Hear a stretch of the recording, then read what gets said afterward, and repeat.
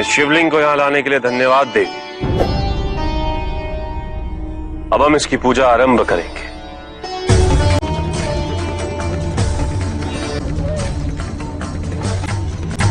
रुको, ये क्या कर रहे हो? इस पवित्र शिवलिंग पर इन दूषित वस्तुओं को क्यों चढ़ा रहे हो? ये वस्तु दूषित कैसे हो सकती है देवी? संसार में सारी वस्तुएं शिव द्वारा बनाई गई है। तुम पूजा प्रणाली के विरुद्ध कार्य कर रहे हो।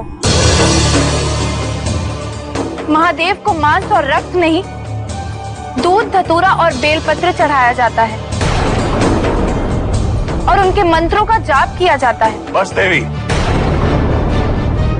मेरी पूजा में अवरोध कर मेरा अपमान न करो। नहीं आता हमें कोई मंत्र मंत्र, यही है मेरी पूजा प्रणाली। उचित है, तो अपनी पूजा अपने शिवलिंग पर करो। शिवलिंग शिवलिंग होता है देवी, हमारा या आपका नहीं। ये व्यवधान मुझसे अब सहन नहीं होगा। मुझे मेरी पूजा करने दो। महादेव तुम्हारे द्वारा चढ़ाई हुई इन दूषित वस्तुओं को स्वीकार नहीं करेंगे। देखना चाहोगी?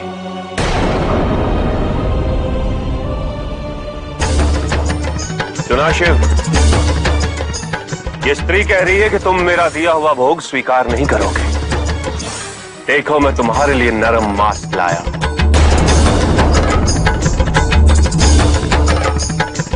इसे स्वीकार कर, स्वीकार कर शिव।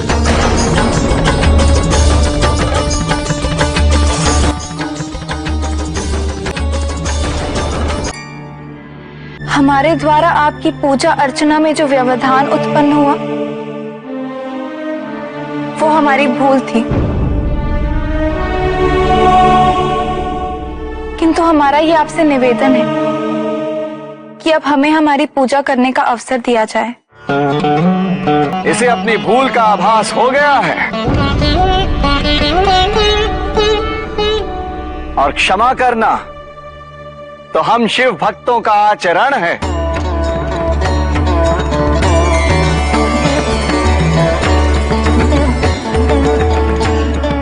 आओ देवी।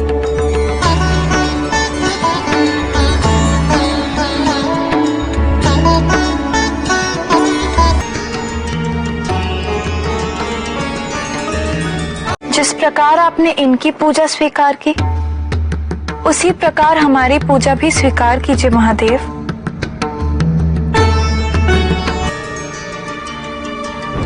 क्या कारण है कि महादेव ने आपका दूषित मांस स्वीकार किया और हमारे पुष्प नहीं? पूजा विधि से नहीं, भक्ति भाव और समर्पण से संपन्न होती है देवी। मैंने भी तुम्हारे समान कई विधियों और प्रणालियों का अनुसरण किया है। अपने शरीर की अग्नि से तपस्या की, सैकड़ों वर्षों तक भूख और प्यास को तिलांजलि दे इस भक्ति भाव में डूबा रहा। तब जाके इस भाव का तात्पर्य समझ आया। कैसा भाव? शरीर से मुक्ति का भाव, नश्वत्व की अनुभूति का भाव, संसार में समानता का भाव। फूलों को सुंदर और पवित्र मानकर भगवान को अर्पित कर दिया, किंतु उसे एक दिन वैसे ही छोड़ दो तो उससे भी दुर्गंध आने लगेगी, फूल मुरझा जाएंगे। स्नान करने से तुम्हें अपनी बाहरी पवित्रता की अनुभूति तो होगी, किंतु शरीर में निरंतर जो मल बन रहा है उसका क्या? ये पवित्र और अपवित्र का भेद एक भ्रम है देवी। इस संसार में जो कुछ भी है शिव का है, और जो शिव का है वो शिव है,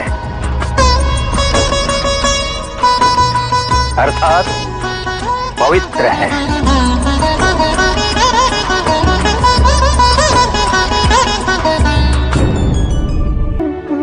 आज हमें सत्य का परम ज्ञान प्राप्त हुआ है। हमें इस शरीर भाव से मुक्त होना ही होगा। हमें ज्ञान देने वाले गुरुदेव, हमें आशीर्वाद दीजिए। हर हर महादेव।